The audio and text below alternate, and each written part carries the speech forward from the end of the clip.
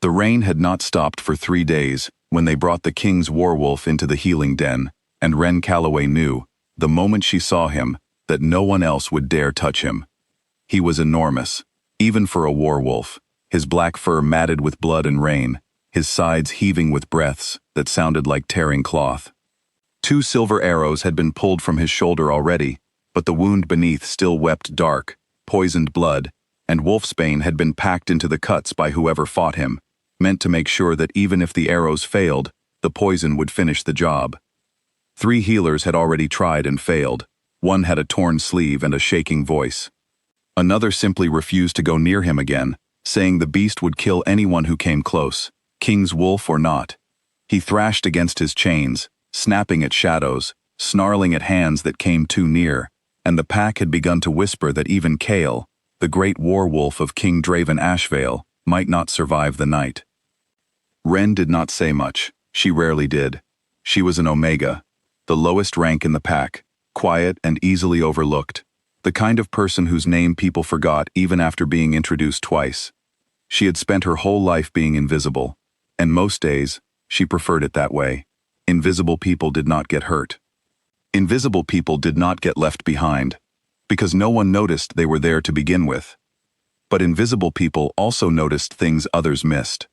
And what Wren noticed, kneeling at the edge of the healing den while the other healers argued about who would attempt the next treatment, was that Kale was not attacking out of anger. He was attacking out of fear. Every time a healer reached for him, his ears would flatten and his eyes would go wide before he snapped. It was not fury, it was panic. He was fighting because he thought he was going to die, and no one was going to help him get through it gently. She did not ask permission. She simply walked forward, past the healers who told her to stop, past the guards who reached for her arm, and knelt an arm's length from the wolf's massive head. "I'm not going to hurt you," she said quietly. "I know you're scared. I would be too." The werewolf went still. It was such a strange, immediate stillness that even the healers behind her stopped arguing. Kale's amber eyes, wild and glassy with pain only a moment before, fixed on her face, and his heavy breathing slowed, just slightly, just enough to notice. "That's it," Wren whispered, easing closer. "Let me look. I only want to help." She worked through the night alone, refusing offers of assistance because every time someone else entered the den, Kale's muscles would tense again. She cleaned the wolfsbane from his wounds with slow, careful hands, humming under her breath the way her mother used to hum to her when she was small and frightened of thunderstorms. She packed his wounds with herbs that stung, and every time he flinched, she murmured an apology, and every time, he settled again, because her voice was the only thing in that fevered night that made sense to him. By dawn, his breathing had steadied. By midday, the fever broke. By evening, Wren Calloway had done what 3 trained healers and half the pack's doctors could not. King Draven Ashvale returned from the border 2 days later, his expression carved from stone the way it always was. He was a king people feared before they respected, tall and broad-shouldered, his face marked with an old scar that ran from his temple to his jaw, a permanent reminder of a war that had cost him more than he ever spoke about. He ruled the Ashvale pack with silence and control, and the only creature in the world he had ever allowed himself to be soft with was Kale, his werewolf, bonded to him since the 2 of them were young. So when Draven walked into the healing den and found his werewolf lying calm and healed on a bed of furs, his massive head resting near the lap of a small, quiet Omega he did not recognize, something in the king's chest went very still. "Who healed him?" Draven asked, his voice low. The healers, still shaken from the ordeal, pointed toward the corner of the den, where Wren sat mending bandages, trying very hard to make herself smaller than she already was. Draven crossed the room.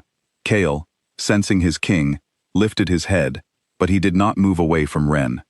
If anything, he shifted closer to her, as if to say, "This one. She is the one who helped me." "You're the healer," Draven said.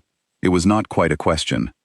Wren rose quickly, bowing her head, her voice barely above a whisper. "Yes, my king. I only did what needed doing. He was frightened. I tried to help him feel less alone." Draven studied her for a long moment. He was used to people trembling before him out of fear of his rank, his strength, his reputation. But Ren was not trembling because of him. She was trembling because she was not used to being looked at all. No one else could calm him, Draven said. Healers twice your experience tried and failed. He didn't need more skill, Ren said quietly, glancing at Kael instead of the king, because it was easier. He needed someone who wasn't afraid of him. Something shifted in Draven's chest at those words, something he did not have a name for yet. Over the following days, Kael would not settle for anyone but Ren. The great warwolf, who had once frightened even seasoned warriors with his temper, followed her through the pack grounds like a shadow, resting his head in her lap during her rare breaks, refusing food unless she was the one who brought it. The pack noticed. They always noticed things like that, things that hinted at magic older than any of them understood. And soon, so did Draven. He found himself visiting the healing den more often than a king needed to. He told himself it was to check on Kael, but Kael was healed within the week, and still Draven kept coming, finding reasons to linger near the quiet, unassuming Omega, who spoke gently to his beast, and, increasingly, gently to him. You don't have to bow every time I enter, he told her one evening, watching her flinch and dip her head the moment he stepped through the door. Habit, Ren murmured. I don't often get looked at by anyone important. I forget how to act when I am. You saved my warwolf's life, Draven said. That makes you important. Ren's cheeks colored, and she busied her hands with the herbs on the table so she would not have to meet his eyes. He saved himself. I only kept him company while he fought. Draven watched her for a long moment, the careful way she moved, the way she seemed to expect to be dismissed at any moment, the way kindness seemed to surprise her every single time it happened.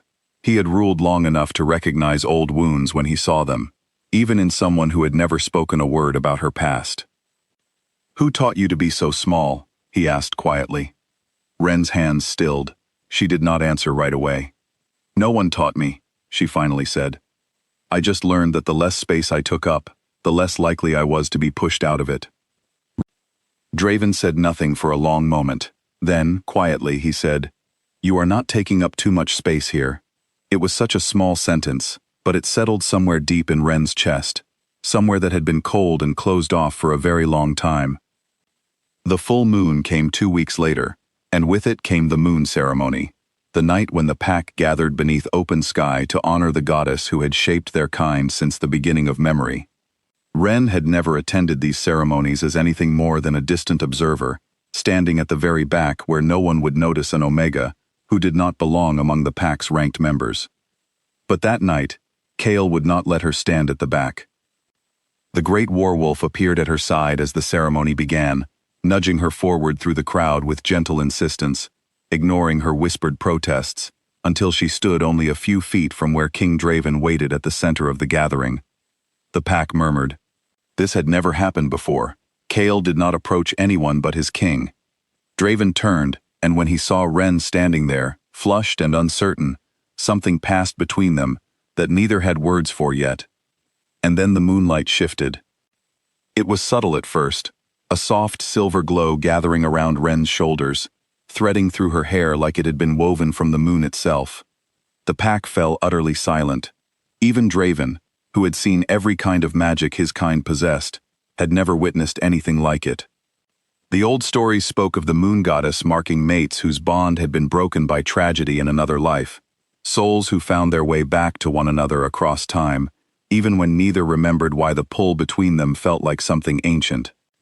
A voice, warm and vast and impossibly gentle, seemed to settle over the clearing without any single person speaking it aloud. She healed what was broken, because her heart remembered him before her mind did. She is not new to him. She was his once, and lost too soon. Tonight, I return what was taken. She is queen.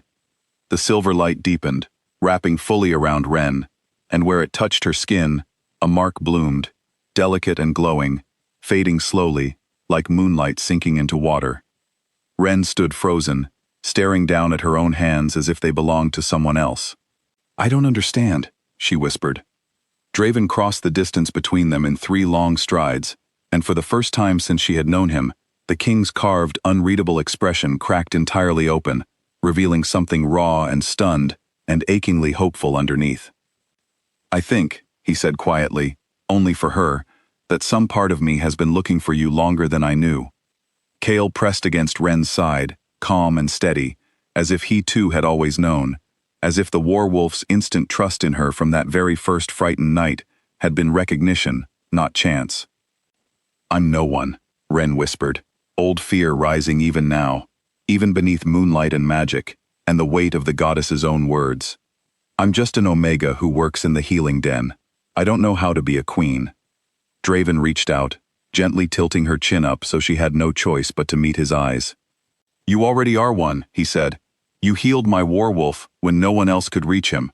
You made a king feel less alone in a life that has been very lonely for a very long time. Rank was never what made someone worthy of that. You were worthy of it the moment you knelt beside a dying wolf and refused to be afraid."